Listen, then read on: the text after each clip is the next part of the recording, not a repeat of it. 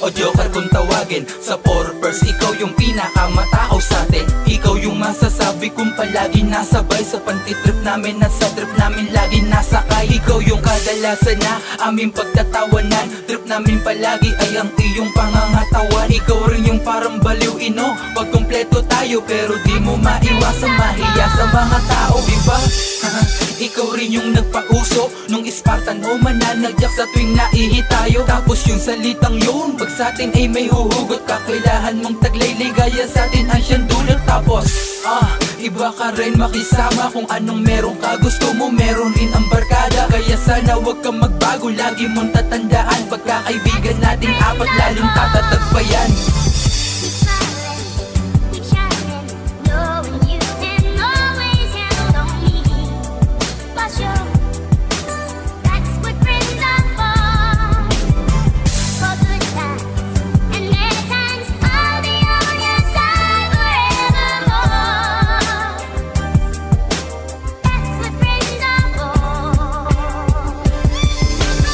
Eric Ariola o Cody kung tawagin. Sa purpose, ikaw yung pinakatahimik sa'tin. Sa mga kalokohan ay slow ka at iwan, nagtatawanan na kami, ikaw makaagets pa lang. Pero sa pagkakaibigan natin ay di ka iwan. Pag may problema ang isa sa'tin, ikaw ay nandiyan na makikinig o di kaya tutulong kung kailangan. Sa ating apat ay ikaw ang pinaka-maaasahan. Kahit minsan ay di mo malang kami tinanggihan, o kahit minsan ay di mo malang kami sinumbatan, na kailangan ka lang namin pag kami nangangailangan. Ni minsan ay hindi mo kami pinag-isipan ng ganun, dahil yun ay hindi totoo. Alam namin alam mo rin kung ano yung totoo, kaya sana wag kang magbago. Lagi mong tatandaan, pagkakaibigan natin apat lalong tatatagpayan.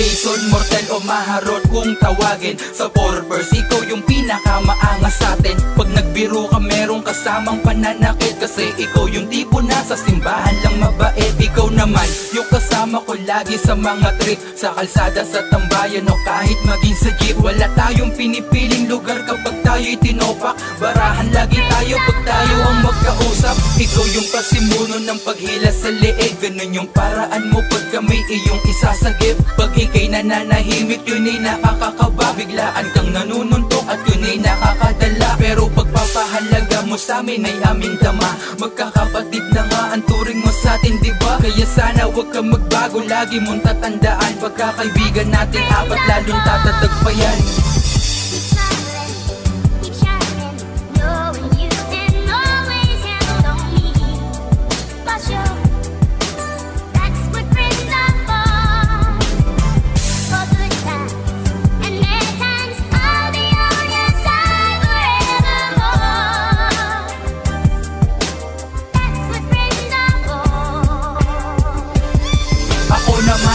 Makulit ako na kung tawagin. Sa purpose, ako yung pinakamabiro sa'tin, pinakamaloko at pinakamagulo, at napakakapag ng trip, walang hiya-hiya sa akin. Sa ating apat ay ako yung palaging palabara, palaging palaasar, palaging palatawa. Pagkasama ko kayo, kung manggagawa ko ay todo kalokohan, di sagad magseryoso sa'kin, di uso. Yung tipong walang hiya ako pag nandyan kayo, yung tipong mambabatok ako pag iwan kayo, yung tipong wagas ang tawa ko pag trip ko kayo, yung tipong buo ang araw ko pag batrip kayo. Pero salamat dahil tayong apat ay nagkakilala, bumuo ng samahan at ng magandang alaala. Ako'y di rin magbabago, lagi kong tatandaan, pagkakaibigan natin apat lalong tatatagpayan.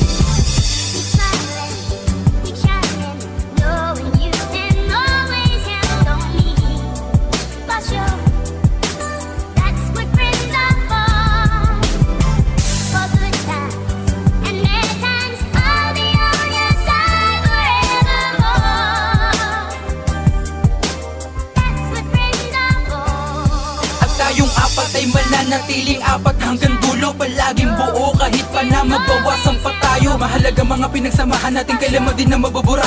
Nakatatak na sa bawat isa, panahon na walang palagyan ng saya. Tayo kasi ang tunay na kahulugan ng salitang pagkakaibigan. Walang iwanan na naman ang mangyari, palagi nandyan na magdadamayan. Kaya uulitin ko na sana lagi nyo lang tatandaan, pagkakaibigan nating apat lalong tatatagpayan. Yeah. Real Rick Son J Purpose.